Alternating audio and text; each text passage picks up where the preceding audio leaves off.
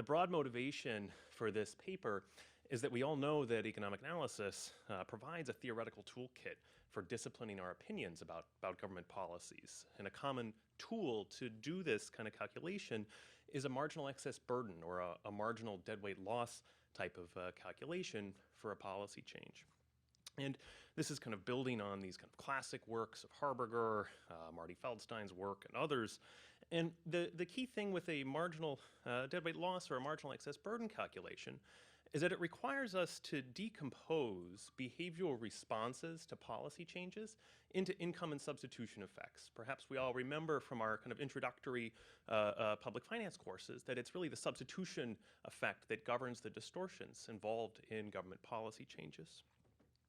And so this means that only the compensated effect of a policy change is what's relevant for a calculation of the marginal excess burden or the marginal deadweight loss of a policy change. Now, there's also this growing literature that is focused on getting plausible estimates of causal effects of policy changes. And this literature has really advanced a lot of quasi-experimental methods, natural experiments, in some cases even randomized controlled trials, to get really good at estimating what policy changes do to behavior. But moving from a positive analysis of what these policies do to behavior to a normative analysis of whether or not we should do those policies is then difficult for reasons that I think Austin Goolsbee put quite well, where he wrote that the theory largely relates to compensated elasticities, whereas natural experiments provide information primarily on uncompensated effects. So rarely does a policy change leave people's utilities constant, and so rarely does the behavioral response to those policies reveal a compensated response. We're getting whatever the policy did to their behavior. And so what do I want to do in this paper? Well, I clarify that you actually can use causal effects, the causal effect of a behavioral response to a policy, directly in the welfare analysis of government policy changes. And the basic idea here is going to be to not calculate marginal excess burden or marginal deadweight loss. We're going to abandon that welfare framework because of the difficulties in constructing those compensated effects. And I'll argue that actually another measure of welfare is going to be both easier to estimate and also easier to interpret in terms of comparing across government policies. And that's going to be simply an individual's willingness to pay for a policy change per dollar of government revenue spent. And so we're going to talk about how to construct this particular number, but the key for thinking about the types of behavioral responses that are going to be relevant is that in a broad class of models where taxes are kind of the only distortions operating in the background, there's no other externalities, the causal impact of a policy change on the government budget, so you can think of this as kind of a fiscal externality, is going to be sufficient for all behavioral responses. That's really going to be not only the causal effect of that, but it's also going to be the only causal effect that we're going to need to keep track of. And so the key message from the paper is to calculate the fiscal implications of behavioral responses. So if you have some kind of policy change that changes the EITC, and you see, look, if people hadn't changed their behavior, this would have cost us X dollars, but because they changed the behavior, it cost us 1.05 times X. That suggests that there's kind of a 5% increase in costs because of these behavioral responses. That 5% number is going to turn out to be exactly the kind of numbers we want to have for thinking about the welfare impacts of government policy changes. Okay. And so the nice thing here is that these numbers are going to nest into a general normative framework, even though they're not technically a measure of deadweight loss. Okay. All right, so I'm going to walk you through a model. We're going to build up a welfare kind of apparatus that's going to look a lot like kind of consumer theory from the day in which you took micro. And then we're going to use that to construct a measure of the marginal value of public funds. So a lot of government policies, spend money and aren't budget neutral, and we're going to think about how to nest that into the model. And then I'm going to show you how to apply this to a range of government policies. So we'll talk about changes in the top tax rate, the earned income tax credit, the job training programs, food stamps, and housing vouchers. So I'm going to steal existing estimates of causal effects of these policies, calculate the revenue implications of those behavioral responses, and use that to nest it into this welfare framework. And at the end of the day, we're going to be able to say, should we spend more on EITC, or should we spend more on housing vouchers? Should we spend more on food stamps? We're going to have parameters in our minds that are going to allow us to think about which of these types of policies are the most relevant.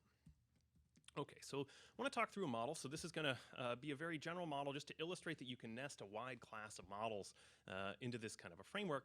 The goal of the model is just going to be very simple. We're just going to try to measure people's marginal willingness to pay for a government policy change, where this marginal willingness to pay is going to be, think about it as how much money are they willing to take out of their billfold and put on the table for this policy change.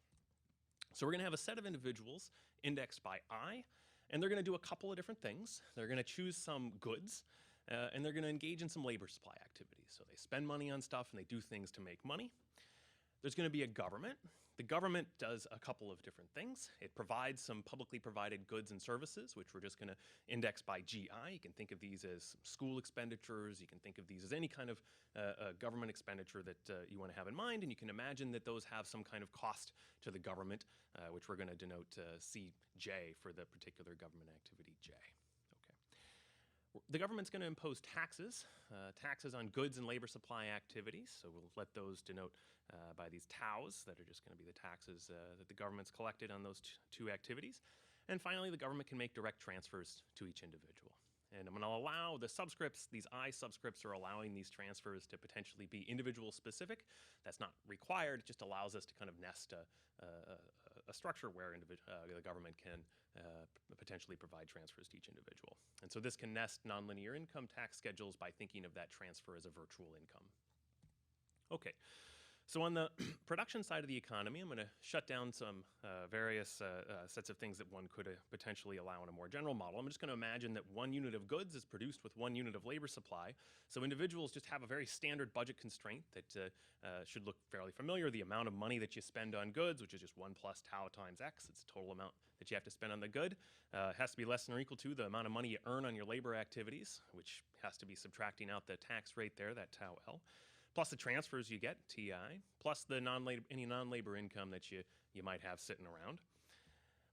Utility functions, I'm going to be pretty agnostic on what utility functions might look like here. Each individual is allowed to have their own particular utility function, UI, that's some function of the goods they consume, the labor supply activities they engage in, and also the publicly provided goods that the government is providing to them. Now, agents are going to maximize their utility subject to their budget constraint. I told you this is going to be a very standard consumer theory type of a problem. And so this is going to lead to an indirect utility function that it maps what stuff that the government does, taxes, goods, transfers, maps that into a level of attained utility for each individual in the economy. So VI is just a level of utility that the individual obtains in the event that the government has set this set of taxes, transfers, and publicly provided goods. Now, because I've left the utility functions completely unspecified, it's going to be helpful for kind of normalization purposes to think of normalizing by an individual's own marginal utility of income so that we can put units into dollars. So let lambda I just denote the marginal utility of income for a given individual. And so this now gives us this framework that maps policy parameters, so taxes, government provided goods, into an individual's level of utility, VI. We want to now aggregate that across individuals, and so I'll just follow a standard procedure of just taking individual utilities and imagining there exists some weights, call that psi I, to construct some measure of what one might call social welfare, just a weighted average of individual utilities, where these weights are obviously going to be important for thinking about whether or not we should do policies, but for now I'm going to remain agnostic on what those weights actually are. They're just going to be inputs into this policy setup, and then they'll come to be very important later on when we talk about policy 1 versus policy 2. Okay. So this is the apparatus. So we just walked through a standard kind of consumer theory setup where individuals maximize their utility and we're aggregating utilities across people. So what's the question that we want to go after? We want to say in this environment, what's the welfare impact of a local change to taxes, transfers, or publicly provided goods? Imagine the government does something differently. What's the welfare impact of that change? Okay, so I want to describe the government doing something differently. So how can we do that in a fairly general setup? Well, let's just imagine that we construct this sort of what I'm going to call a policy path, P of theta, which just characterizes a change in taxes and publicly provided goods relative to the status quo. So you can think of, we have some tax level today, some level of publicly provided goods. This policy path is just going to parameterize maybe an increase in taxes and an increase in spending on publicly provided goods. Or maybe it's just going to be an increase in spending on publicly provided goods. Maybe it's just going to be an increase in transfers. It's just going to describe, as we change theta, an increase or a change in some type of a policy. And so the way I'm going to describe this, I'm going to say we're going to imagine a change around the status quo. So at theta equals 0, we're just in the status quo world. And then as we change theta, we're going to imagine that we do a slightly different policy. And I'm going to assume that that's going to be a continuously differentiable change. So we're going to talk about slightly increasing the tax rate and spending a little bit more on schools, or slightly decreasing the tax rate and maybe spending less on something else. So P of theta is going to describe that policy change. Okay, so now that we've got a policy change described in this environment, the question we want to ask is, should the government do that policy change? What does the model tell us about whether or not that's a good or a bad idea? Well, first, let's talk about what the policy change does to people's behavior. The assumption that I'm going to make is that when the government changes policies, that individuals will optimally choose their goods and labor supply activities in that new environment. And so as we change this policy, as we increase taxes or change publicly provided goods and services, individuals will re-optimize and choose potentially a different different set of labor supply activities or a different set of goods to consume. And so we can describe those just with functions, x hat of theta and L hat of theta, which just describe what do people do in this world where there's a slightly different policy. You can think of this, so for those that know this sort of potential outcome world, thinking about causal effects of policies, these are just the potential outcomes. It's what we would expect to happen in a world where the government does policy theta. Okay. Now it's going to be helpful to keep track of the net government resources allocated to each individual in the economy. This is basically an accounting exercise that just says, okay, well, the government is spending a bunch of money on publicly provided goods and services that cost C times that G there. It's also providing transfers to each individual, and so those are kind of the outlays that the government has to people in to an individual I in the economy. But it's also collecting taxes from the goods and from the labor supply activities, X and L. And so this TI function is just telling us, how does the net transfers to each individual in the economy change as you change the government policy? Budget neutrality would mean that when you sum across everybody, this would just zero out. We didn't change any of the whole government outlays. But in general, we could imagine that there's a distributional consequence of the policy, and we're going to want to think of keeping track of that. Okay. Now, these are obviously related. When people change their behavior, they impact the net government outlays to them. So if you decrease taxes and you increase your labor supply earnings, or you increase your taxable income, you're going to provide more money to the government. And so we want to keep track of that type of effect. And this relationship is kind of well known. So the total impact of the policy change on the tax revenue that's collected by the government is the sum of two components. There's a mechanical component which says, suppose people didn't change their behavior, how much would government revenue change? And then there's a second component which says, suppose people hold the taxes fixed and think about the size of the behavioral response, how much does the behavioral response to the policy impact the government budget? And that's going to be this behavioral impact on government revenue, which is going to turn out to be important as we start to think about the welfare impacts of these policy changes. Okay, so the normative question that we're going to be interested in is, how much are people willing to pay to move along that policy path? So we threw in some kind of policy into this model, and we want to ask the question, how much are individuals willing to pay to pursue that policy? What is that number? Well, that number is, in theory, is just how does their utility change as we change the policy, normalized by their marginal utility of income. This tells you how much money are you willing to take out of your back pocket and put on the table for this policy change, okay? And so that's the number we're going to try to characterize. This is just a standard kind of money metric utility function that is locally equivalent to equivalent variation or compensating variation. So if you want to have those kind of more standard notions in your mind, that's totally fine as well. Okay, so the main sort of characterization in the paper is that you can write this marginal willingness to pay as the sum of three components. And this is all kind of deriving from the envelope theorem, which just says that we can, to first order, ignore people's behavioral responses. But when we go to think about the impact on government revenue, those responses are going to become important again. And so these three components are, to the extent, the first component is the net resources allocated to a given individual. To the extent to which a policy just puts money in your budget, as you as an individual will just be willing to trade that off dollar for dollar, right? If the government says, I'm going to give you $1, how much are you willing to pay for that component? $1, right? The second component is if the government decides to spend some amount of money on some publicly provided good or service, which isn't directly fungible or exchangeable with money, then we have to think about to what extent are you willing to pay a different amount for that good or service relative to what it costs the government to provide it. So this is sort of a Samuelson type condition, just the difference between your own willingness to pay for that publicly provided good relative to the cost of providing it. So we get a little bit of an extra kicker if people are willing to pay more than the cost for that publicly provided good. We get a little bit less of a kicker if people are willing to pay less than the cost to the government of providing that good.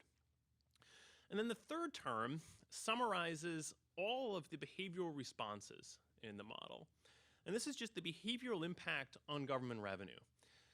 So this is sufficient for any other type of behavioral response. What it says is all we need to do when thinking about how do behavioral responses enter into this formula, all we need to do is calculate what's the difference between the revenue we would have expected if we didn't have any behavioral responses and the revenue that we actually realized given the behavioral responses.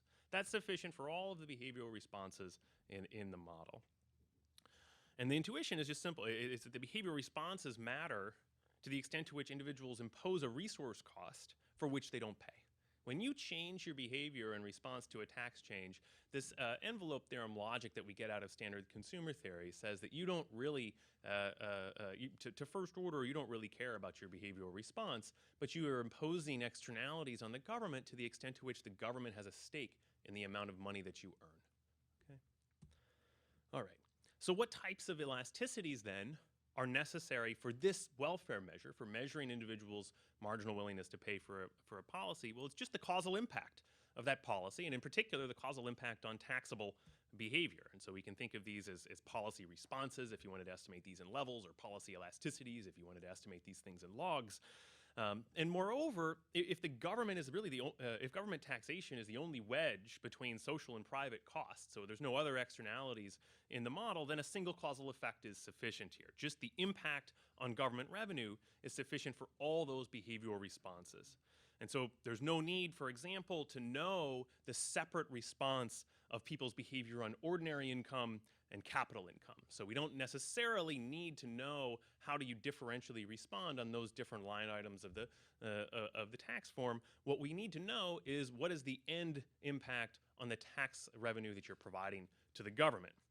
Now note that this means that we do not necessarily want to know the taxable income elasticity that aggregates across tax bases.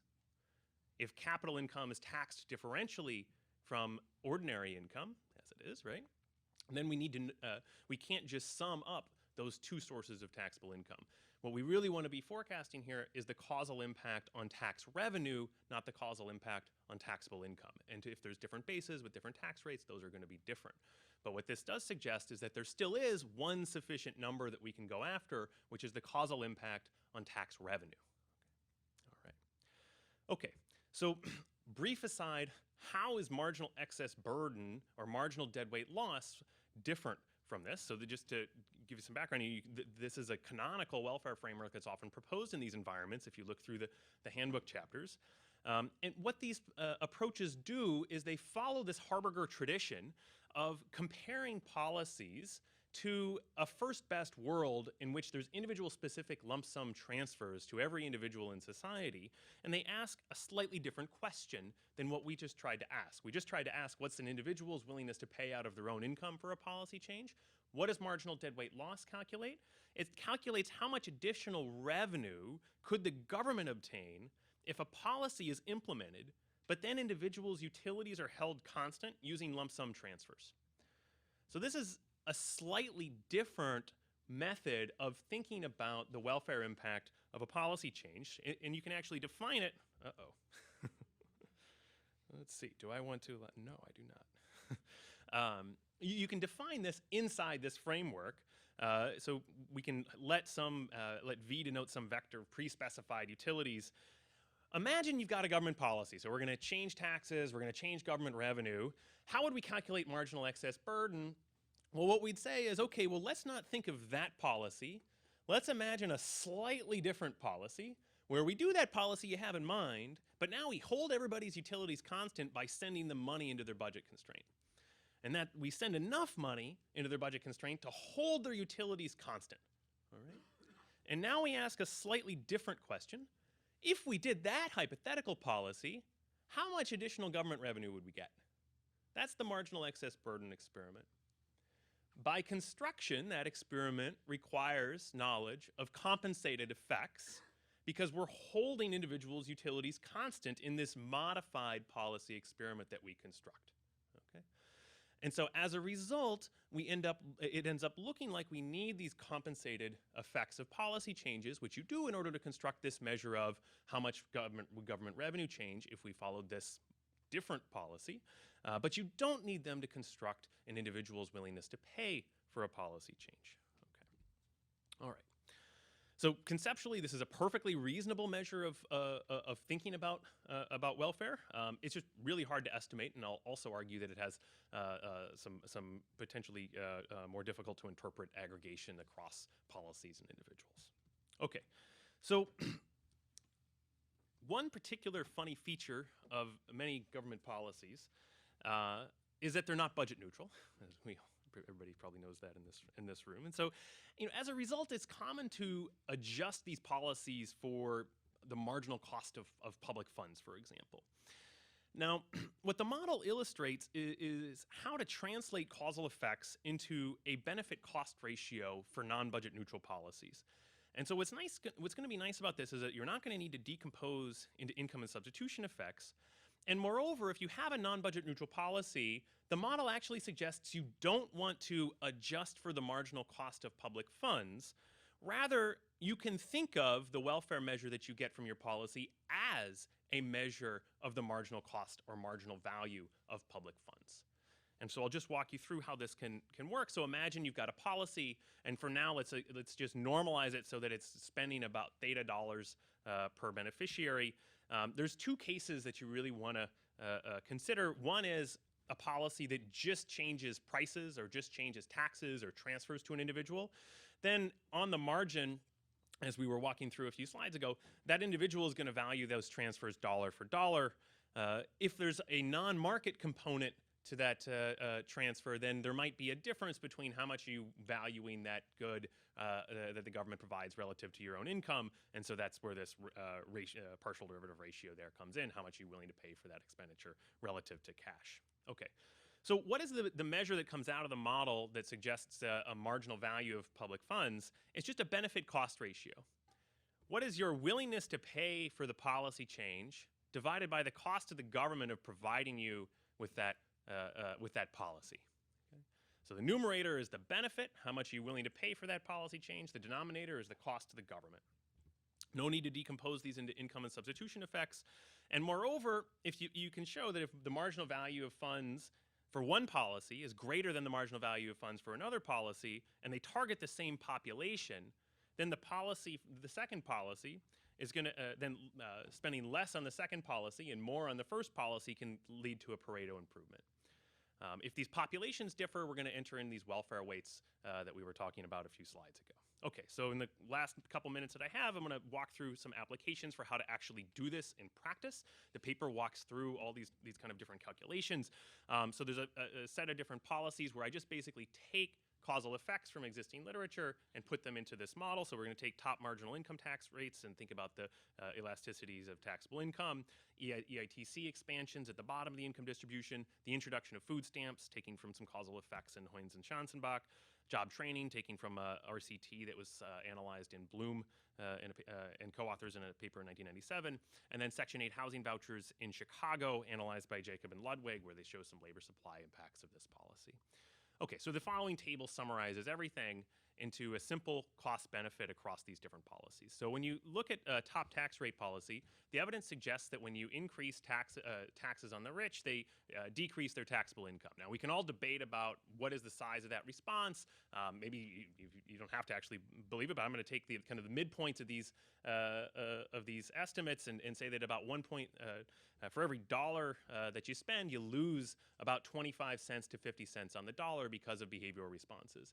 If you believe that, then for every dollar of welfare you try to provide at the top, for every dollar of tax reduction you provide at the top, you deliver actually $1.33 to $2 of welfare at the top. Because when people adjust their behavioral responses, they have a positive fiscal externality on the government. Conversely, at the bottom of the income distribution, the pattern looks a little bit different. When you expand the EITC, people enter the labor force or they distort their earnings to the revenue maximizing kink point. As a result, they increase the cost of additional EITC expenditure. And so you can take the estimates from a couple of papers in the literature here, and it suggests for every dollar you spend at the bottom of the income distribution, you only get about 88 cents of welfare benefits. Okay? Food stamps, job training, housing vouchers, there's also similar calculations in the paper, but I want to just emphasize how now do you compare across these different policies? Well, if you believe these numbers now, how do we think about should we increase taxes on the rich and decrease and spend more money on the poor? Well, whether or not you want to do this depends on how much are you willing to kind of to lose when you take money from one person and you give money to another person. So, for example, if you believe these estimates of the marginal value of funds suggest for every dollar you take from the top of the income distribution, you can bring 66 cents to the bottom of the income distribution. Ratios of these marginal value of funds are just telling you how much money can the government move from one person in the economy to another person in the economy. By estimating these fiscal externalities, we're able to just say how productive or how much does it cost the government to move this money around, and so then we can step back and ask, are we happy with this kind of a transfer? And so this suggests that you would be indifferent to the current structure of the tax schedule if you were indifferent to having an additional 66 cents at the top of the income distribution relative to about a dollar at the bottom of the income distribution. And so that's just sort of frames this sort of, this is where the welfare weights come back into the logic. Are you willing to make these types of trade-offs? Okay, so just to sum up, causal effects can be directly transported into this kind of welfare framework. You don't have to decompose things into income and substitution effects. A single causal effect is sufficient here, and it model motivates this marginal value of public funds.